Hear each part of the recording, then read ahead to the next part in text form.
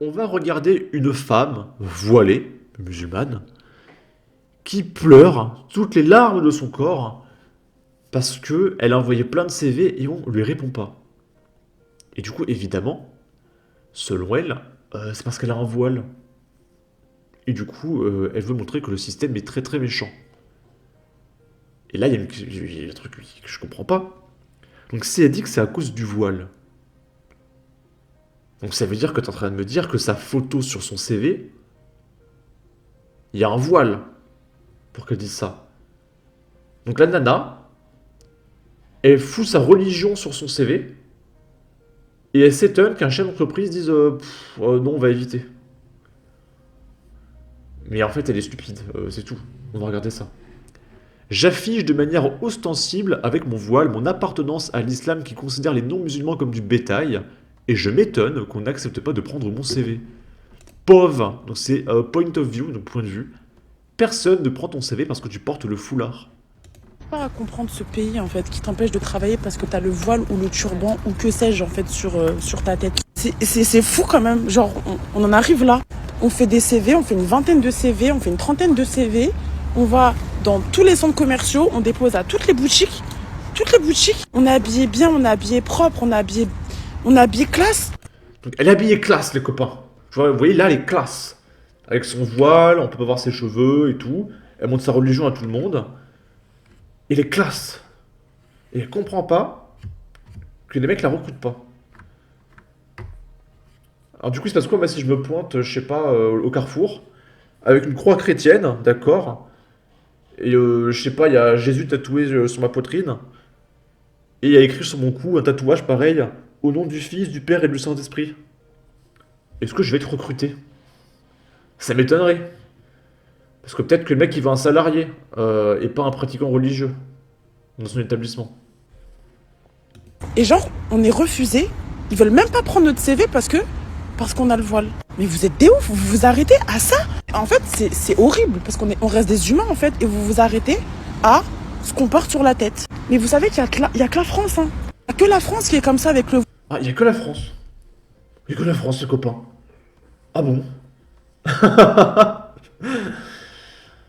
Bah non.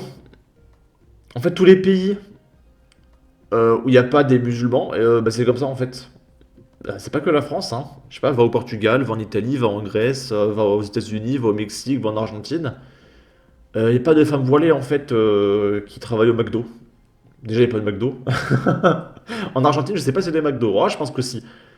Mais il n'y a pas de femmes voilées qui se baladent comme ça, qui montrent leur religion à tout le monde et qui veulent l'imposer à tout le monde. Il n'y a pas de musulmans qui égorgent des bébés parce qu'ils sont pas musulmans. Ah non, c'est vrai que c'est spécifique à la France, ça. Le voile qui est arriéré comme ça avec le voile en fait. Parce que dans tous les autres pays, en Angleterre, en Allemagne, c'est pas comme ça en fait. Je sais pas quand t'es. En Allemagne. Elle parle du pays où à Skip, il y a des heures les plus sombres de l'histoire qui sont de retour avec des partis néo-haine, d'accord, qui sont vraiment pas fans des musulmans, tu vois. Il a dit ouais, venez en Allemagne. Mais de quoi tu parles, meuf? Franchement, je crois que les musulmans en Allemagne sont encore moins appréciés qu'en France, hein. Et vraiment, hein. Est-ce que la France va évoluer sur ça? Mais vraiment, on est mal barré. Et me dites pas les gens, oui, mais en ce moment ils prennent, regarde à H&M, regarde. Non mais en fait, vous avez pas compris en fait. Je veux pouvoir aller déposer mon CV dans quelques entreprises et qu'on me prenne. Je veux pas que mon voile soit un frein en fait. Bon, je rappelle évidemment que cette femme, si elle travaille dans un établissement et qu'il y a un mec qui se pointe avec une croix de Jésus, elle ne le prendra pas, hein, on peut se mettre d'accord. Déjà parce qu'elle est musulmane, donc elle déteste foncièrement les chrétiens. Euh, et puis parce que tu recrutes pas un mec avec une appartenance religieuse dans ton établissement. Déjà, c'est même pas censé être légal de base. Déjà, les musulmans déjà sont hors la loi en faisant ça. Sauf qu'il y en a tellement que, vas-y, on accepte, on tolère. Et le pire, c'est qu'ils disent non, on vous prend pas à cause de votre voile ou de votre turban. Parce que là, ma pote, en l'occurrence, elle a le turban. Mais qui vous dit qu'on fait pas de l'alopécie? Qui vous dit qu'on fait pas une grosse chute de cheveux ou qu'on n'a pas le cancer et qu'on Évidemment, oui, si elle porte le voile, c'est parce qu'elle a un cancer, oui. Elle est pas mal celle-là, elle est pas mal. on a perdu nos cheveux à cause des chimios? Qui vous dit que c'est ça? Qui vous dit que c'est religieux? Le turban, tout c'est religieux, le turban. Bref. Ah, d'accord, ouais, on apprend que le turban c'est pas religieux, d'accord. D'accord. évidemment. C'est vrai que ma grand-mère portugaise, c'est vrai qu'elle portait un voile, hein, oui, oui, oui, évidemment. Enfin, la célèbre grand-mère portugaise avec un voile, oui. Mon autre grand-mère, quand elle avait le cancer, quand elle était en vie, elle mettait des perruques. Quand tu perds des cheveux, bah tu mets des faux cheveux. Mais tu mets pas un voile, parce que justement, il faut que tes cheveux ils respirent. Donc si tu mets un voile là où tu perds tes cheveux, ça n'a aucun sens. Tu vas avoir plein de bactéries là sur le crâne, là. N'importe quoi, hein. Bon. Je porte un vêtement discriminant et m'étonne de la discrimination. Je fais du séparatisme ostentatoire et je m'étonne qu'on me sépare des autres.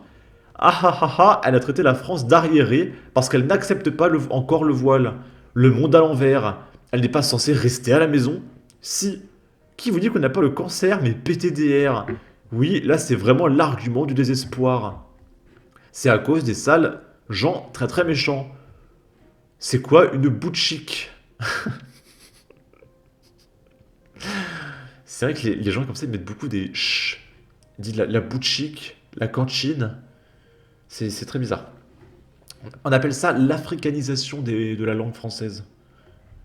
Je sais pas si vous en avez déjà entendu parler, mais c'est le fait de mettre des ch après des t ou des d. La cantine. Un ordinateur. Bon. Ici, souvenez-vous, il y a quelque temps, il y a un mec qui s'est pointé dans une école maternelle avec deux couteaux. On sait pas ce qu'il allait faire, le mec.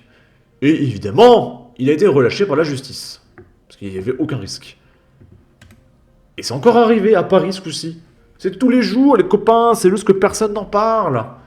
Paris 10e, nouvelle intrusion dans une école munie de deux couteaux à viande. Un homme dangereux faisant l'objet d'une fiche de recherche s'introduit dans une maternelle en pleine nuit, les copains. Tout le monde s'en fout parce que ça arrive 25 fois par jour. En plus des deux couteaux... Ah, il y a du bruit, désolé. Il y a un camion qui passe.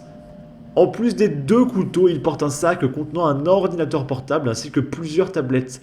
À l'intérieur de l'école, il remarque également que des portes ont été forcées et que le mis en cause se serait introduit dans plusieurs salles de classe. Selon nos informations, ce dernier, décrit comme dangereux en raison de troubles psychiatriques.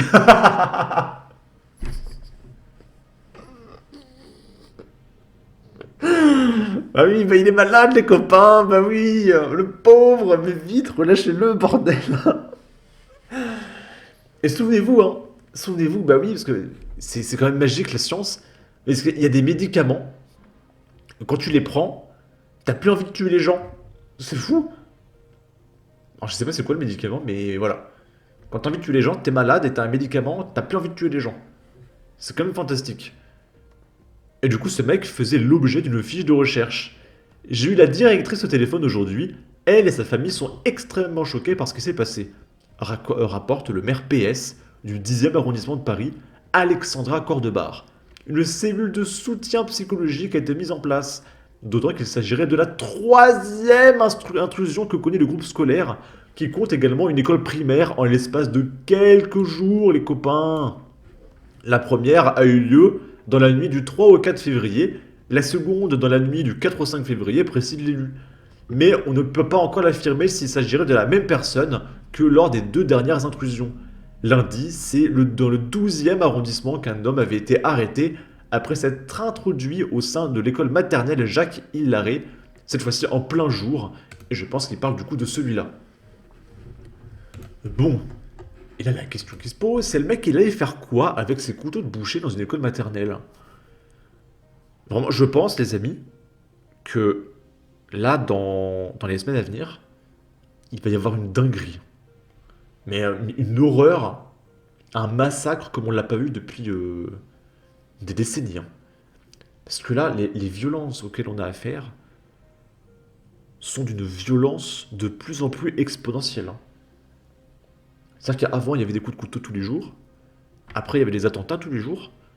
Et maintenant, il y a des mecs qui se pointent dans des écoles maternelles avec deux couteaux de boucher tous les jours. Donc, là, je pense qu'on est sur le point de vivre une dinguerie. Un jour, on va ouvrir le Twitter. On va voir qu'il y a 45 bébés qui se sont fait découper en morceaux dans une école maternelle. On va pas être prêt, hein. Ça va arriver, hein. Ça va arriver. Bon. En tout cas, Et libéré dans combien de secondes? Faudrait voir si la directrice de l'école ne l'aurait pas un peu cherché en le provoquant, ça expliquerait tout. Ça permettrait de mieux comprendre qu'un homme pénètre dans une école maternelle avec des couteaux de boucher. Étudiante dans les années 90, j'allais chercher des gosses en babysitting dans cette école. C'était autrefois l'autre France. Maintenant, je chiale en voyant l'état de ce quartier, plus proche d'un château rouge oriental. Et il sera relâché par les juges rouges comme d'hab. Ce quartier était si agréable avec le square Villemain il y a 30 ans. Maintenant, c'est le pire des cloaques avec des foyers de migrants, du 100% migrants, immeubles en face et tout autour et dans le parc. Deux couteaux de boucher, rien que ça. Ça aurait dû faire la une de tous les médias et surtout faire le point sur les mesures de sécurité dans tous les milieux scolaires. Darmanin va encore dissoudre une autre association de droite après ça, faisant l'objet d'une fiche de recherche entre les OQTF, les fichiers S. Ils vont tous nous les faire. Ça va finir comme Mayotte, c'est terrifiant là-bas, avec les Comoriens illégaux, un début de guerre civile. Infirmez-vous car silence dans les médias. C'est marrant, mais pas grand monde reprend cette info. Bon, du coup, n'hésitez pas à partager au maximum ce genre de news, d'accord? Faut que tout le monde soit au courant. Donnez votre avis, votre opinion, partagez, likez, commentez, ça aidera au référencement de la vidéo sur YouTube. Abonnez-vous, suivez-moi sur Twitter et à la prochaine pour de futures vidéos. Ciao!